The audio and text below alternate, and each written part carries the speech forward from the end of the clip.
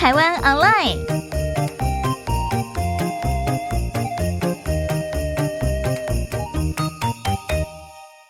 欢迎我们关心东台湾大小事，我是陈秀清。3月24号是世界结核病日。结核病是什么？很多人可能不是很清楚。那如果你跟结核病的患者接触，那你会不会受到感染？如果感染的话，要如何来处理？这一集我们邀请到花莲县卫生局局长朱家祥和我们一起来分享结核病的事项。局长您好。大家好。是3月24号是世界结核病日，为什么会有这样的一个日？那我们是如何来这个防治结核病的？好，3月24号世界结核病日是由世界卫生组织推动的。它最主要是要纪念在1882年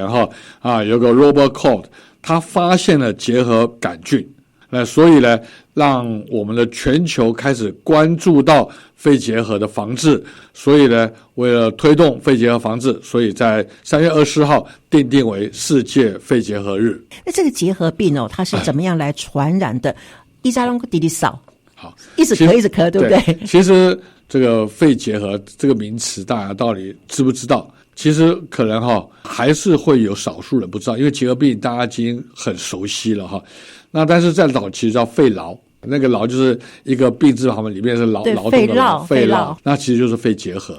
那肺结核呢，它最主要是经过我们的飞沫跟空气传染，可是呢听起来很严重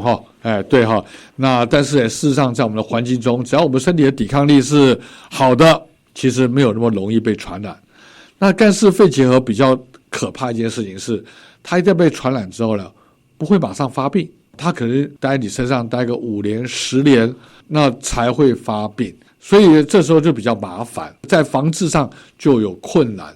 不像我们这个新冠病毒的时候呢，只要有咳嗽发烧，我把你隔离那你就可以预防你传染给别人。可是这个肺结核呢，它一旦在你身上感染之后，可能过了2、3年、3、5年、5、6年，每个人不一样然后呢，等他发病的时候呢，他又可能跟我们一般人的感冒初期很像，所以呢就会造成他的传播。等到他严重咳嗽，甚至你知道早一辈肺痨就什么咳血嘛，对痰液咳血到处那时当然就变得很严重了。然后这时候才被发现的时候呢，他前一段时间已经感染了很多人了，所以肺结核在防治上比较困难，在这个地方。是，那他咳血了之后就会死掉了吗？就很严重了，就表示肺泡里面黏膜组织都被破坏了，是，所以就是已经变得肺结核变得非常严重了。那我被感染的时候，潜伏在我的身体的时候，我的身体会有一些的状况吗？不会，完全跟一般人都一样。是，可是在潜伏在你身上的时候呢，这段时间它不具传染力，它发病才有传染力。可是发病到真的咳血，又一段时间了，是，所以它可能有好几个礼拜、好几个月，它已经在传播了。是，那潜伏在我的身体里面，我什么样的因缘的情况之下我会发病？大部分就是你抵抗力变差了。所以它也可能不发病。也有可能。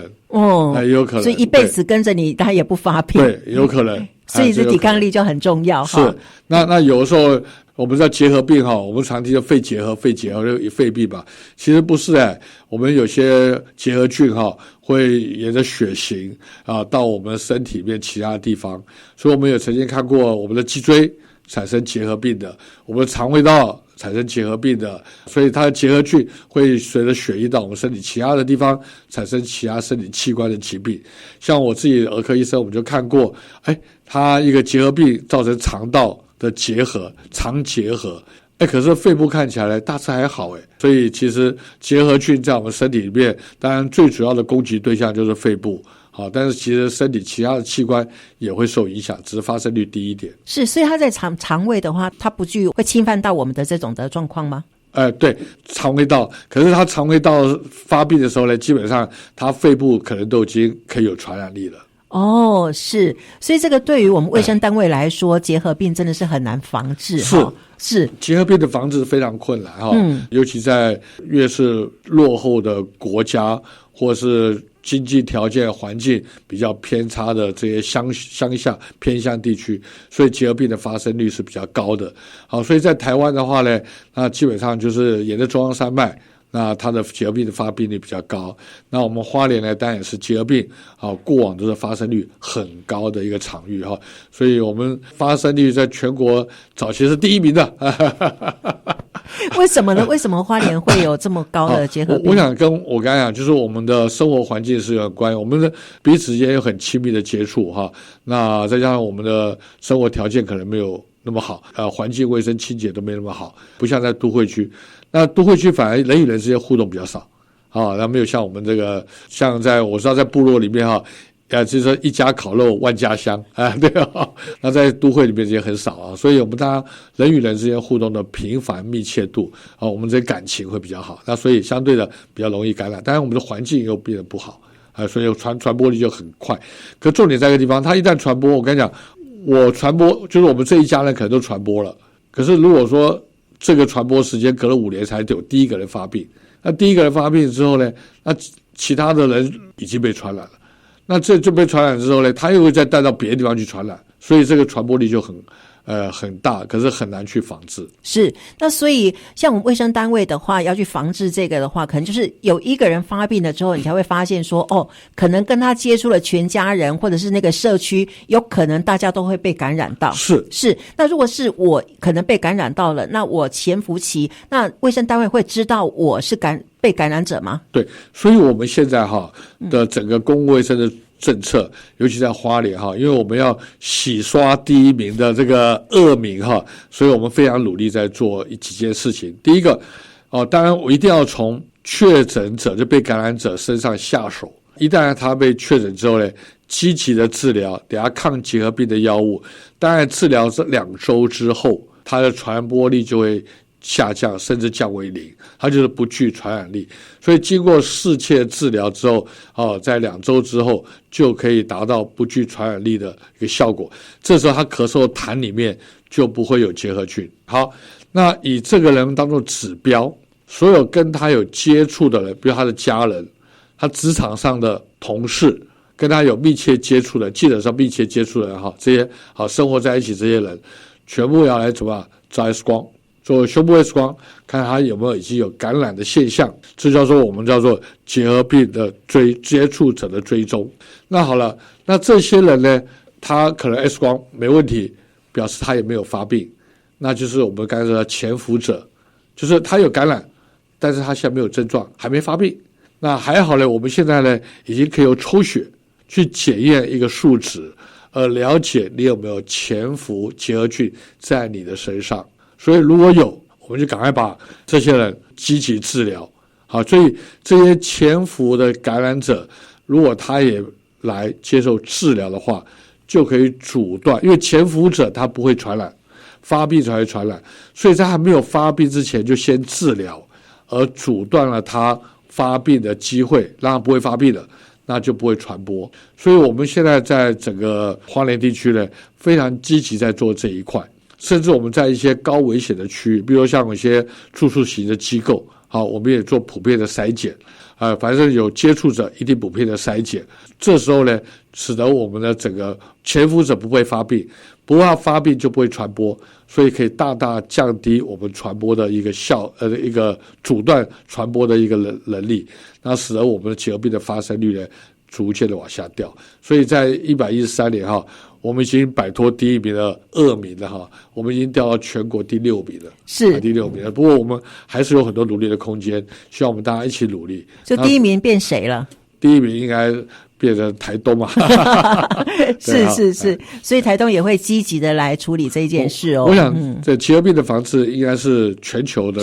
一个非常积极，因为它真的它不像我们流感啦或是新冠啦这些急性疾病，它防治上比较容易。结核病它被传播之后让它发病感染之后到发病，到发病能够确认，这个传播的时间太长了。是我们访问的是花莲县卫生局局长朱家祥，我们谈结核病的这个议题。另外请教局长，就是如果我被感染了，我发病了，那个时候你发现我发病了，那我需不需要被隔离？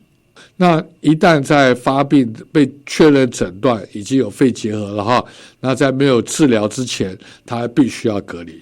因因为这时候呢，你的痰液里面都有很多的结核菌，而这些结核菌就会从空气中或者飞沫中四处的传播，所以在治疗前一定要被隔离。那隔离，所以我们大部分这种个案被确诊之后，就会在医院里面隔离治疗。那开始投药，那治疗大概2周之后呢，我们就会再做痰液的检查。如果痰液里面已经没有结核菌的话，那我们就可以放你回家了。是，那我们医护人员在做这件事情的时候，是不是也会被传染？所以我们在这隔离病房里面，我们医护人员所要的所有的装备跟配备，其实就跟我们的 COVID 新冠病毒的这时候的配备是一样的，是非常严谨的。那可是有一些人是他发病，他可能是像感冒的这个症状，然后呢，他就是到一般的诊所去检查，所以那个时候的诊所的医护人员或者是相关要去就诊的人，是不是也有可能会被感染？当然，这个如果他单次就诊，比如说今天我症状像感冒然后去看病，而且久咳很久，久咳不愈然后让我去看病，那我只看了这医生看了1次。然后医生照 X 光发现到我有肺结核，就转到大型医院去做进一步治疗。那我医生会不会被感染？然后基本上只要医生在看门诊的时候戴口罩，然后这样短暂时间的接触，其实大部分感染率都不会很高。是，那这个结核病的患者，他在发病的时候，他会有哪一些的症状？那我想他很容易发烧、咳嗽、胸痛那甚至会咳血。那是他比较常见的症，疲倦啊、劳累啊，这些都是他常见的一个症状。那我们在治疗上的话，我们会什么样的治疗的方式？治疗时间是不是会很长？对，目前呢，结核病确诊之后呢，治疗要9个月。那而且我们现在就是说用多药物组合的治疗。而且他的药物吃的总是会吃药了因为结核病不是那么容易杀死的一个细菌，所以他是用很多药物一起共同治疗。那药物治疗之后总是会有点不舒服，所以很多人因为吃药之后呢不舒服，所以拒绝吃药。可是你一旦是没有每天服药，这个中间有断掉的话，那很容易产生结核病的抗药性，所以对未来治疗有更大的一个困难。所以呢，我们整个全台湾对于结核病的治疗上来讲，我们有一个叫做都治计划DOTS DOTS 都治计划。那也就是说，结核病很有趣，我们派关怀员到你家，送药到你的手上。然后呢，看着你把药放在你的嘴巴里，而且要看到你吞下去才走，所以就送药到手，服药到口，吞下再走。那很多人就想说，那这些个案我送药到个案家，那我这些关怀员会不会被感染到？对，你放心，这些人能够回家，他已经不具感染力。